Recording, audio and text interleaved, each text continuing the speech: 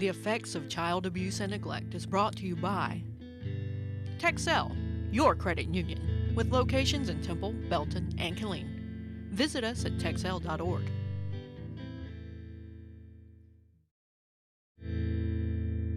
May the face of the Lord shine on you.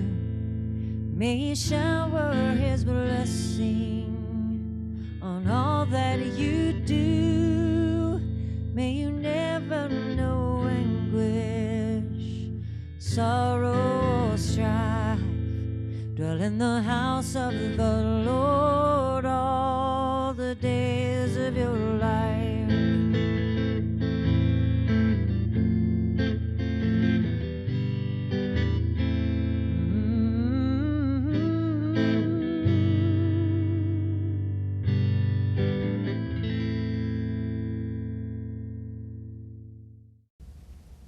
Howdy, I'm Sue Ellen Jackson, and this is Aware Central Texas Effects of Child Abuse and Neglect. For the next few minutes, we're going to be taking a hard look at a subject that is very difficult to talk about. We're going to be talking about victims of sexual crimes. We're going to be hearing from a couple of people that have actually experienced that and how they're dealing with it.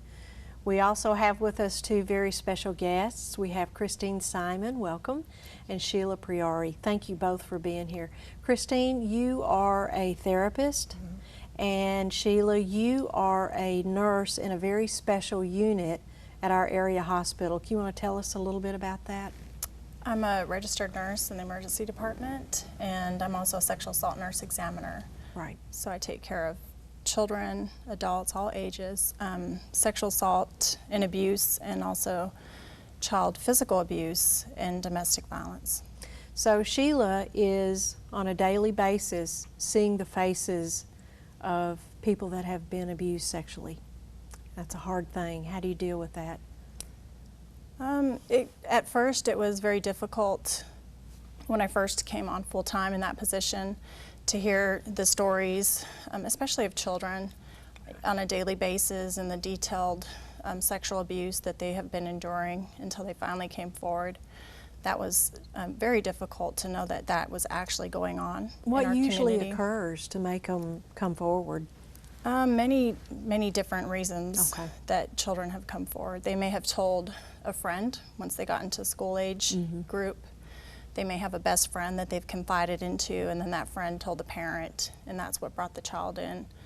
Or oftentimes a teenager starts to realize that what's been going on in the home is not appropriate, that they didn't realize it, and then when as they're a little bit older, they're starting to understand the nature of what exactly sex is, and then they may tell friends and come forward in that situation, but all kinds of different reasons. I don't know the statistics, and maybe y'all do, maybe you don't, but how many rapes are done by people that the victim knows?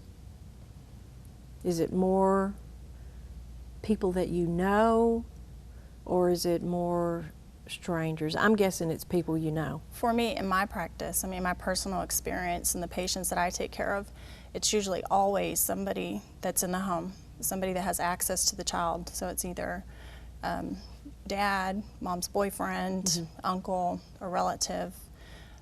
It's rare for me to have a patient that it's a total, complete stranger. Okay, so, you know, they dramatize that a lot on TV shows and stuff, but the reality is most of the people that are raping people are known to the victim. Yes. That's a hard pill to swallow. Christine, you work with these folks. How are they affected? They're affected by just in relationships. They, especially when you're a young child and you're abused, you're violated in that way. It violates your rights. And really, children are just learning about boundaries and healthy relationships. So this kind of affects them for the rest of their lives until they get help, until they tell. A lot of times I'll see people for a different reason, and it'll come out during the course of therapy that they've been sexually assaulted, and then later I find out that it's, you know, mom has been also, and grandmother, and all of that. So a lot of times they don't come to me for that reason. It just kind of comes out during the course of therapy.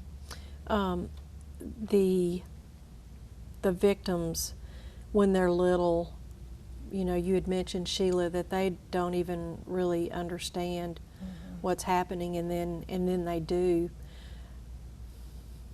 We've heard from other voices of people that have been abused that they go to their parents or they go to mom or dad, and all too often the parent is in denial, or they'll say, don't tell anybody, or this is what happens to little girls, and that sort of thing. So if a person is a victim and they're being molested by the neighbor guy down the street, or Uncle so-and-so, and Uncle so-and-so says, you tell anybody I'm doing this to you and I'll cut your throat, or you know, some horrible threat, I'll kill your dog or whatever. Is that common, you know, for the threats to go with that kind of an act?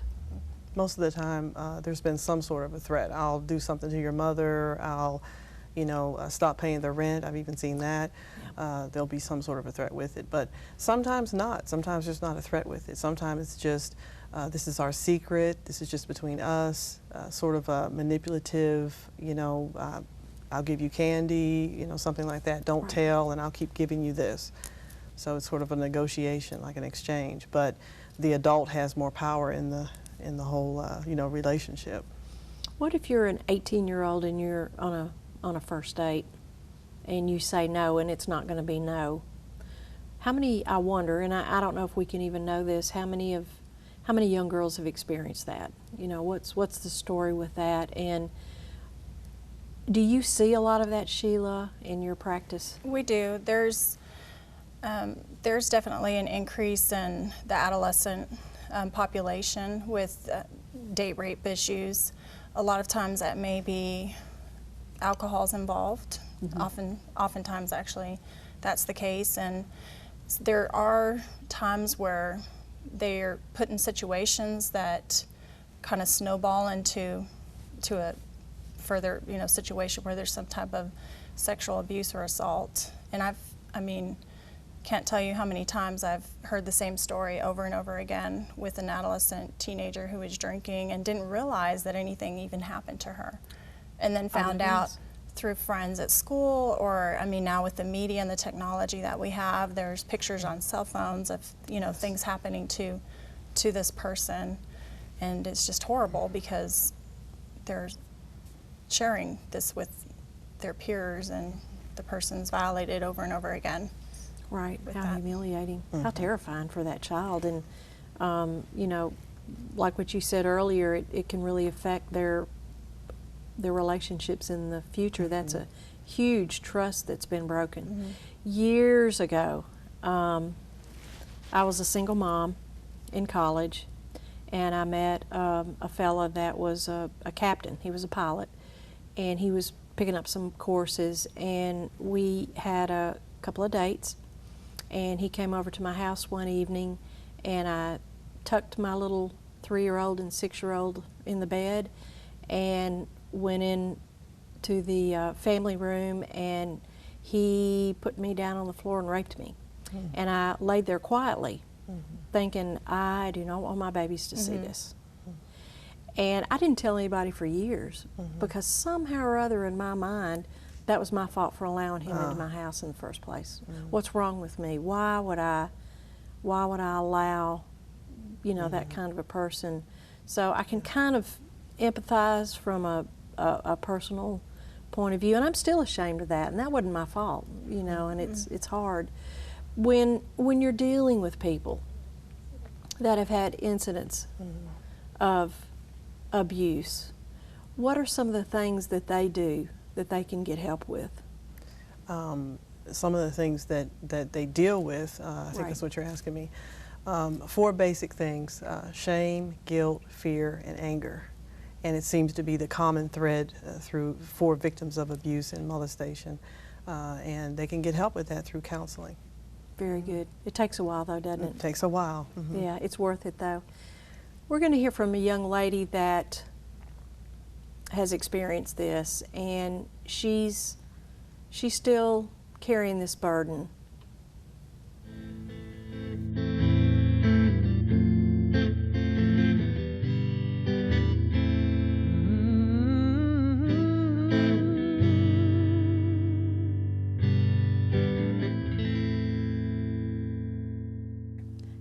At 9 years old, I went on a camping trip with my brother and an extended family member. I thought it was going to be a good night. We were going to have fun. Turns out I got raped.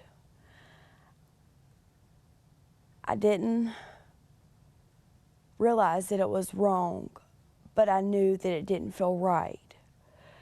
Then later on in life, I never told anyone until I was grown. After I got grown, I was married. I have a really good husband. He deployed, went to Iraq, and I was then raped again by a close family member, or friend to the family. He was more like a family member. And since then, I have not gotten help, and it's eaten at me on the inside. And I encourage anyone that's been through this or that's going through this to get help. There is help out there.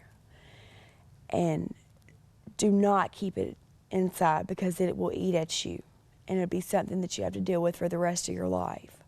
So I'm now going to get help for this. I realize that it's caused a lot of strain on my marriage, and I encourage anyone, if you are going through this, if you found yourself in any kind of situation, just to get out of it.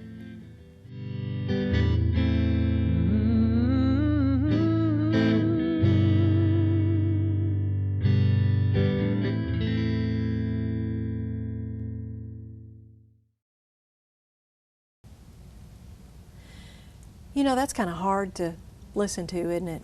You know, looking at her expressions, and clearly there's still pain there. Is she, because of what happened to her when she was 9, is somehow or other she more vulnerable to become a victim again? Well, it seems as though when something happens at that very young age, you tend to develop based on that experience. We developed based on our experiences anyway. Sure. So she developed based on that experience, and it wasn't, she didn't receive any help for it, so she wasn't taught how to be safe, taught that that was wrong. So, you know, that could make you more vulnerable to get in those type of situations again. Not that it's her fault at all. It's just that there's a lot she doesn't know about that situation because she never received help for it when she was 9. Sure, that makes sense. When a young lady comes to you like the one that we just heard from, what do you say to them? I usually explain my role as a nurse and the process of the exam, and that for my part that it's for medical treatment and diagnosis to help them with their health, physical health. But I also reassure them that it's not their fault, and that this is something that I do every day, and I see patients every day that tell me all kinds of things, and I want them to know that whatever they tell me is not going to shock me, because I feel like I've heard just about everything. So I do feel that there's a lot of shame with them wanting to go into details about the abuse or sexual assault. Do patients come to your unit willingly, or do the police bring them, or how does this victim get to you? If it's a child and there's been an outcry of sexual abuse, and they've told their friend, and the friend's told, you know, the mother, oftentimes they'll contact law enforcement or CPS, and so it'll be a referral to us, and so they'll present to our emergency department based on that referral. Sometimes the parent will take the child to their pediatrician and say, I think something's been going on, someone's been touching my child, I need you to look at them. And that physician will refer them to us as well. How does that process work once a person comes to you? How involved do you get with that, and are you involved with the legal aspect of that? How does that work in the services that you provide? Well, it used to be that the only way that we saw patients was through law enforcement. So they had an actual request form for an exam, and that has changed. So anytime a child or any patient presents to our emergency department, they are given care for that sexual assault. So we are contacted to do that exam. Now once that's completed, we then help to coordinate everything else. So we'll help point them in the right direction. This is what you need to do legally. This is who, you know, we may do the CPS report or help them get in contact with law enforcement. And then often we're called to testify in court on that particular case if it's gone that far. So you really do get pretty involved with the whole process Yes. of it. We're Wow, one piece of that bigger picture. Right. It's a lot more than just being a nurse. Yes. Yeah, that's a special calling. I have a lot of admiration for what y'all are doing. This is an awful question. In a normal day, how many people are you going to see? How many children? How many women? How many little boys? How many men? Well, I can tell you our numbers are increasing, unfortunately. Last year we saw close to 700 patients. In 1 year? In 1 year, that's all ages. As of right now, so starting from January, just as far as children, we've seen approximately 300, less than 18. 200 of those, about 200 of those cases are sexual abuse or assault related, and then the other 100 would be physical abuse, where they presented into the emergency department, something wasn't adding up with their injury, and to find out that it was actually inflicted. What is going on? I'm not sure if it's awareness that, you know, we're opening our eyes to this and this has been going on, and that we're, you know, paying attention to it and we're seeing it and helping these people, or if there's just more stress in the economy and everything else that's causing people to act out in their relationships. I couldn't answer that. If you're the parent of a child that's been abused and you're sort of a victim in this process too, do you work with those folks too? Yes, ma'am. The whole family. It's really a family. It ends up being a treatment for the entire family. Right. And we were talking earlier, you know, the good news is you do see people recover. Yes. They do turn around. There is hope. And although it is a lot of work, there still is that hope that you don't have to live like this. We're doing a series looking at the effects of child abuse and neglect, and we're seeing a lot of people that are sharing their stories talk about, my faith has sustained me, or the love of my husband has been the cause of my healing. It's so inspirational to see these people. And I know that it must be so hard for y'all at the end of the day when you've seen that little broken child or that little 5-year-old that's been sexually abused, where to put that in terms of how it affects you. And when you think about all the people out in the community that are reaching out trying to help, how it affects them, then it's going to have certainly a ripple effect on our communities. So what can we do better? What can we do different? How can we help these victims of dating violence and sexual abuse? What can we as individuals, what can we do collectively? I think the only thing that I can think of off the top of my head is to be non-judgmental and to just stop and listen, because so many times a person comes forward and may tell somebody, and maybe it's the child telling the parent that this is going on, and that immediate reaction from the parent is to start interrogating the child. Well, what do you mean? When did this happen? And then calling the other parent in and confronting them, like in the stories that we've heard, and just to be able to stop and just listen, and then think about what you say. And not pass a judgment. Not pass judgment. Truly, there is a lot of shame attached with this whole process of getting abused. We have a young lady that also is sharing her story of abuse. She's having a hard time expressing what she went through, but she has a positive message that she wants to give us, and that she wants you to hear, that if you are the victim of date rape, or any kind of a sexual crime that's been levied against you or someone in your family, there is hope. Let's hear what she has to say about how she dealt with it.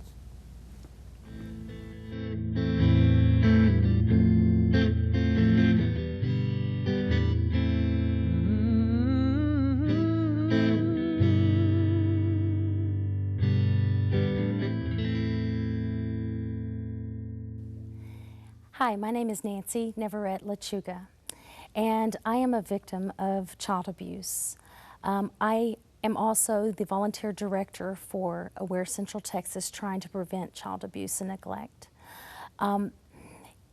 Today's my birthday, and I am now 44, and this morning as I was praying and I was listening to the Word, and I was looking back on my life and all the things that I had seen and that I have experienced, and the things that were cursed from generation to generation to the things that were I knew not of God.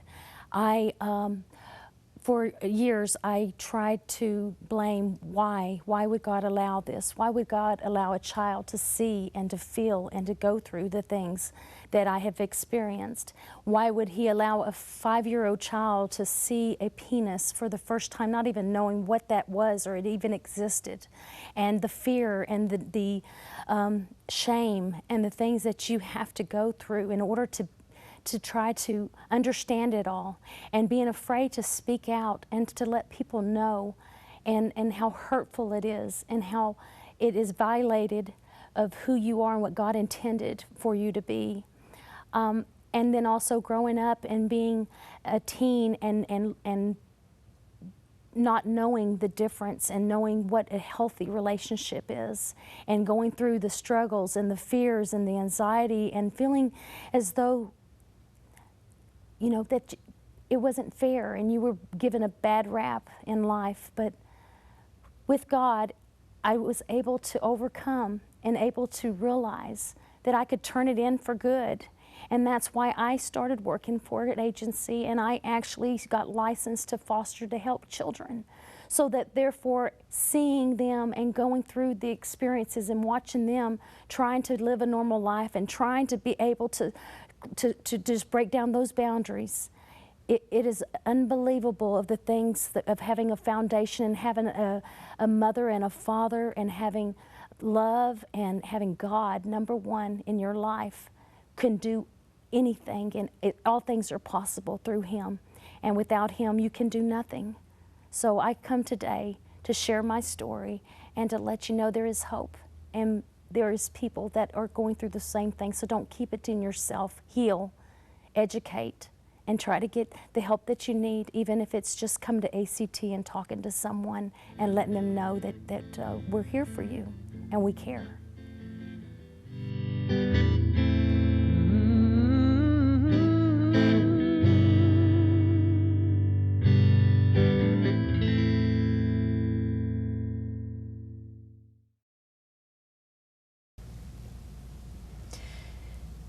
You've heard from a couple of ladies today that have shared their story, and that's not easy to do. And if you're somebody with a story, I want you to please consider telling somebody. You can tell us. You can call Aware Central Texas. The number is 254-939-7582. There are people in the community that want to help you. We're just folks in the hood. We're not fancy, but we do have heart, and we're not going to judge you for what you've experienced. We want you to be free to live the happy life that you want to live. It's tough watching these folks that have had this levied upon them, how they process and how they heal. How does that work? Well, even when we were listening to Nancy, she was having a difficult time just saying that what happened to her over 30 years ago. It's something that wounds, and it requires healing of the heart, because trust has been broken, love, what's real love, and the ways she talked about God and how God forgives, and even taught her how to forgive, and how there is hope that you can get through it. I think that's amazing. I think she's an amazing person for doing that. But the guilt and the shame just kind of lingers and stays with people. Even as she said, it was her 44th birthday. That's many years to live with the guilt and the shame, and that's very heavy and causes all sorts of different problems. It can, depression, anxiety, just withdrawing from social activities, and trying to keep to yourself and isolate yourself. Yeah, it's very difficult. And I know that the kids and the adults that you see are on a path, and hopefully when they have contact with you, you're putting them on a good path towards healing.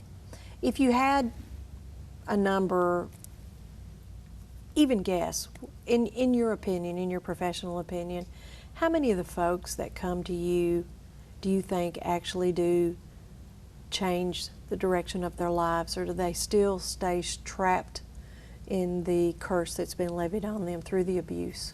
I wish I could answer that question. Yeah. It would be something I think that would be positive in my life to know that when I see these children that everything's going to be okay in the future and when they're an adult. But unfortunately, I don't follow them through that entire process. I think that would be the hardest thing. It is hard. Is just to The let these unknown. little ones go. Mm-hmm. Even the big kids, even the adults, you know, just letting that go. Do you see more females than males? Yes, and I think that, you know, it's not to say that there's not male sexual abuse, because there is. Right. I believe that, you know, they're less likely to come forward and report. We see more children under the age of 12 that are boys, and once they get into that adolescent age, they're less likely to want to come forward and tell that this has been going on. Here again, because of the shame. You know, having been a single parent for a long, long time with kids, I learned that there are, unfortunately, there are men and probably women out there that look for that vulnerable family, specifically for the purpose of doing bad things to either the parent or the children. And I want y'all to know that. If you're a single parent, male or female, I want you to understand that you may be vulnerable, and that sadly enough, there really are people out there that are looking for families like you so that they can do bad, unspeakable things. How can people safeguard against those things? What are some triggers that would let them know that, hey, maybe this person isn't for me? I know a lot of times, I was just speaking to someone earlier today about the internet dating, and I was warning this person about, you know, you can't trust everything that you hear over the internet, and not giving out personal identifying information like addresses and even the city that you live in. I think that some people just take it for granted that it's okay to just give out personal information, and those people, you know, the internet is not a bad thing, it's a good thing, but that's one of the vulnerable areas. Well, ladies, I think we've run out of time. I've enjoyed being with you, and I've learned some things, and I hope y'all have learned some things too. Thank you for joining us. Thank you.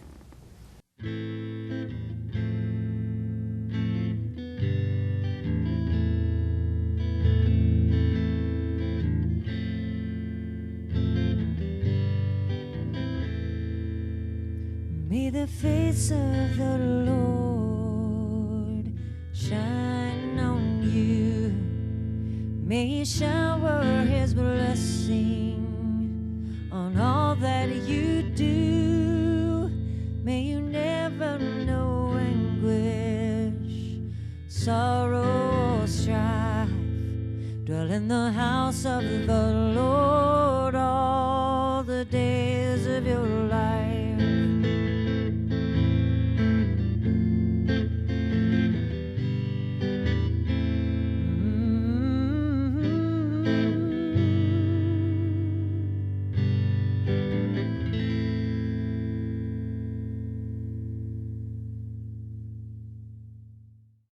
The Effects of Child Abuse and Neglect is brought to you by Texel, your credit union, with locations in Temple, Belton, and Killeen. Visit us at texel.org.